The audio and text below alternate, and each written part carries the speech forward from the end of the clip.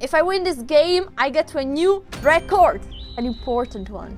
We have got this. There we go. We have the red horse. And I go with e4. We are in a Sicilian. I go out with the knight. And now I play g3. This is the new move I've studied.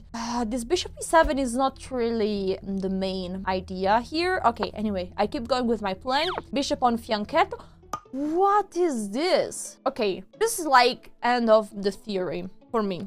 So now the question is this a threat? Go with the move h4. Is this a problem? It's a bit annoying. I could play h3, I could play h4. I think I will play h4. Just blocking the idea. You know, it's okay. My idea long term is to go with short castle, c3 and d4. And honestly, I think that this weakness is way bigger for my opponent than it is for me. Because the pawn on h4 cannot be captured, instead this pawn cannot really be protected by another pawn, because then all the dark square will be super weak. So, I don't know, it feels very strange, this h5 move. And in this position, usually, I'm delaying the move d4 because I want to play c3 and then d4. Now, this pawn is under attack, so I need to protect it with the queen. This reminds a bit the Spanish, the warrior attack. Now, the knight could have gone there, so I wanted to block it. The knight goes on this square attacking nothing at all. So I could castle or I could go for d4. I will castle before going for the center. And this knight is in a nice square, but is right now not really...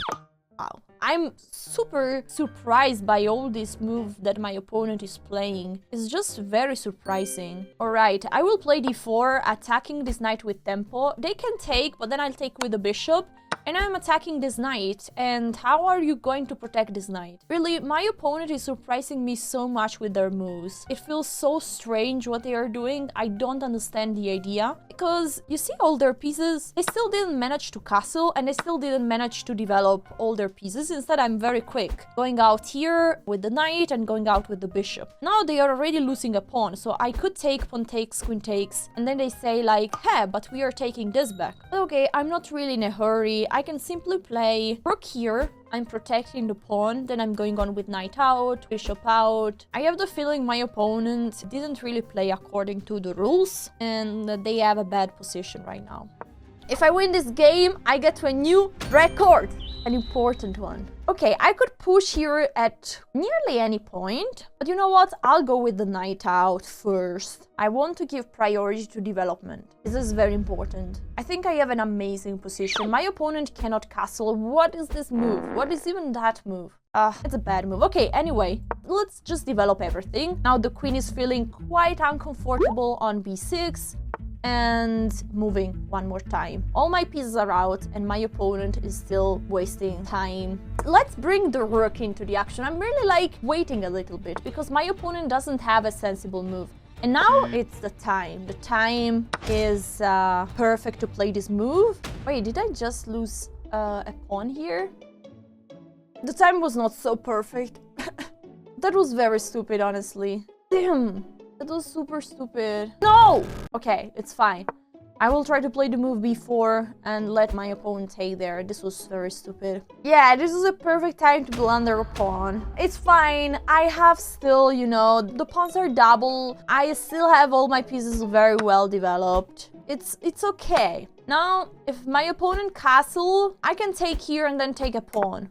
Okay, I can get a pawn back already. No problem whatsoever. I don't want to give away the bishop pair because I feel like the bishop pair in this position is just too valuable.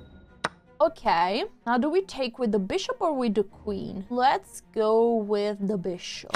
Aha. Those two bishops are monsters, are really super strong at the middle of the board.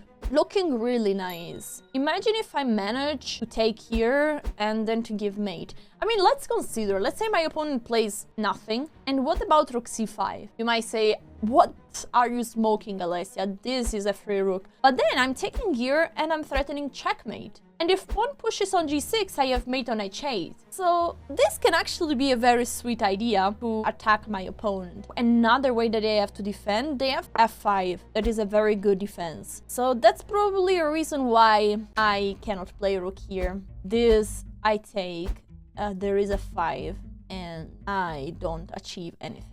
So first of all, I could be attacking this pawn and force my opponent to play this move. This looks great. Because how are they going to defend this pawn? With g6? Well, then this bishop here is having so much fun. And then I could have some crazy ideas. Maybe b4 simply. Okay, g6 is played. So now I want to play maybe queen here and then queen there. This looks great. It can be that my opponent sacrificed the rook at one point. Okay, so if I play queen h6, this is hanging, but this would be checkmate. But I think their idea is to play bishop f6. But what if I play bishop here first? And I'm telling to the queen, please, madam, move one more time. And you cannot go here, you cannot go here, you cannot go here, here. So the only square is this. But from there, you're not allowing bishop here. So probably you need to sacrifice the rook for real. I think this is happening. Yes, and is happening for real. So queen here, and my opponent needs to sacrifice the rook like this. Let's go for that. Queen here. We're threatening checkmate or checkmate one way or another. And they will sacrifice the rook and then take the pawn on b2. Oh, they don't sacrifice. I'm thinking about taking here. And you know that I will do that. I want to do that. I'm not sure. So bishop takes this king here and bishop here. I'm threatening checkmate. Okay, let's go. Let's go. Let's go. We sacrifice the bishop. Okay, first of all, this bishop cannot be taken because it was checkmate in 2 moves. Now we give a check, the king will go there. And now we play bishop here. Now my opponent can take, I take, but I'm threatening checkmate here. And it's not so easy to defend. And even if my opponent defends, they defend maybe for 1 move. They need to move this bishop away to give an extra square to the king. But my intuition says that this position is winning. Maybe I'm wrong, maybe I'm right. Let's see. 2 minutes, 40 seconds. For my opponent, for the red horse. They need to take here. Ooh. Okay, first of all, I can take a free piece here. But I will give a check here first. Then I give another check. And then I take the rook. And now this bishop is hanging. And I'm an exchange up. And this king is still in huge troubles. And we win! New record! 2289. Nice. Let's go shortly to check the analysis. Brilliant time! And this is brilliant because basically this bishop was hanging, right? Instead, I'm taking here, leaving that bishop unattended, and then